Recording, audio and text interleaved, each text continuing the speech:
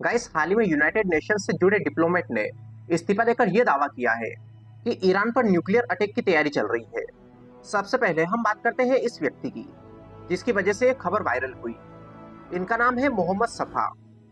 ये एक डिप्लोमेट है जो यूनाइटेड नेशन से जुड़े एक एनजीओ पेट्रियोटिक विजन के प्रतिनिधि थे। अब इन्होंने हाल ही में अचानक से इस्तीफा दे दिया और इस्तीफा देते हुए एक बड़ा आरोप यूनाइटेड नेशन पर लगाया। इन्होंने कहा कि यूएन के अंदर कुछ लोग ईरान पर न्यूक्लियर अटैक की तैयारी कर रहे हैं और मैं इसीलिए अपनी नौकरी छोड़ रहा हूं। ये बात इन्होंने सोशल मीडिया प्लेटफॉर्म ट्विटर पर पोस्ट की। अब जरा सोचिए, यूनाइटेड नेशन ये दुनिया में शांति स्थापित करता है, अगर इसी पर न्यूक्लियर अटैक की तैयारी का आरोप लगे तो ये मामला कितना बड़ा हो सकता है। लेकिन यहाँ पर सबसे जरूरी सवाल ये बनता है कि क्या ये खबर कंफर्म है। गाइस देखिए, ये खबर सच है कि मोहम्मद सफा ने इस्तीफा दिया है। ये भी सच है कि इन्होंने कहा कि यूएन ईरान पर न्यूक्लियर स्ट्राइक की तैयारी कर रहा है। लेकिन अभी तक ये कंफर्म नहीं हुआ कि यूएन सच में न्यूक्लियर अटैक प्लान कर रहा है। कोई ऑफिशियल डॉक्यूमेंट्स प्रूफ नहीं मिला और किसी भी देश या फिर किसी एजेंसी ने इसको वेरीफाई अभी तक नहीं किया है। यानी कि मतलब साफ है कि ये बस एक क्लेम है, कोई वेरीफाइड प्रूफ नहीं है। अब एक जरूरी बात आप समझो, यूनाइटेड नेशन खुद न्यूक्लियर वेपन नहीं रखता। न्यूक्लियर वेपन कौन रखता है? United States, Russia, China, France, UK, India, Pakistan, Israel और नॉर्थ कोरिया। इन देशों के पास न्यूक्लियर वेपन्स हैं। यूनाइटेड नेशन का काम क्या है? शांति बनाए रखना, देशों के बीच बातचीत करना, युद्ध को रोकना। तो अगर लॉजिक से देखें तो यूएन खुद अटैक प्लान करे, ये उसके रोल के खिलाफ है। तो फिर आखिर मोहम्मद सफा ने यह कहा क्यों?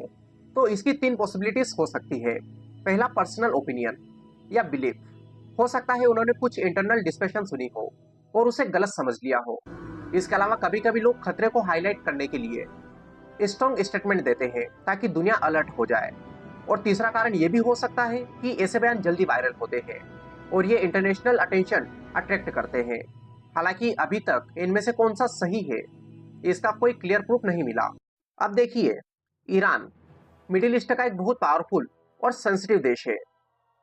ये इसलिए इंपॉर्टेंट है क्योंकि यहाँ ऑयल रिजर्वर्स बहुत बड़े हैं। मिडिल ईस्ट पॉलिटिक्स में ये स्ट्रॉन्ग रोल अदा करता है। इसके अलावा कई देशों के साथ इसके टेंशंस चल रहे हैं और ईरान का टेंशन जो सबसे ज्यादा रहा है वो रहा है यूनाइटेड स्टेट्स और इसराइल के साथ, क्योंकि इनके बीच न्यूक्लियर प्रोग्राम को लेकर विवाद है। रीजनल कॉन्फ्लिक्ट चल रहा है, लेकिन इनके बीच ये टेंशन नया नहीं है, ये सालों से चल रहा है। और रही बात न्यूक्लियर अटैक की, तो परमाणु बम कोई साधारण हथियार नहीं है। ये एक ऐसा बम है जो एक्सप्लोजन और रेडिएशन दोनों फैलाता है। ये इतना पावरफुल होता है कि पूरे शहर को सेकंड्स में खत्म कर सकता है, हजारों लाखों लोगों को तुरंत मार सकता है। अगर न्यूक्लियर अटैक होता है तो लाखों लोग तुरंत मारे जा सकते हैं और जो बचेंगे उनकी जिंदगी रेडिएशन के कारण मौत से भी ज्यादा बदतर हो जाएगी। इससे मिडिल ईस्ट में बड़ा युद्ध शुरू हो सकता है और कई देश इसमें शामिल हो सकते हैं। और रही बात इंडिया की, तो इससे इंडिया में पेट्रोल डीजल बहुत महंगे हो जाएंगे, इकोनॉमी पर प्रेशर आएगा, इंपोर्ट्स प्रभावित होगा। और न्यूक्लियर अटैक से सिर्फ इंसान प्रभावित नहीं होंगे, पूरी पृथ्वी इससे प्रभावित होगी। इससे रेडिएशन हवा में फैलेगा, क्लाइमेट पर इसका बुरा असर होगा। इसके बाद खेती करना भी आसान नहीं होगा। हालांकि ये सिर्फ इनके द्वारा दिया गया एक स्टेटमेंट है, अभी ऐसा कुछ हुआ नहीं है, कोई ऑफिशियल अनाउंसमेंट इसकी नहीं हुई है, कोई वेरीफाइड न्यूक्लियर प्रिपरेशन नहीं हुई है। ये सिर्फ जियोपॉलिटिकल टेंशन है। खैर, इसके बारे में आप क्या सोचते हैं? अपने विचार कमेंट बॉक्स में बताइए। वीडियो पसंद आए तो लाइक करिए, चैनल पर नए हो चैनल को सब्सक्राइब कर लीजिए। Wish you all the very best. Thank you so much.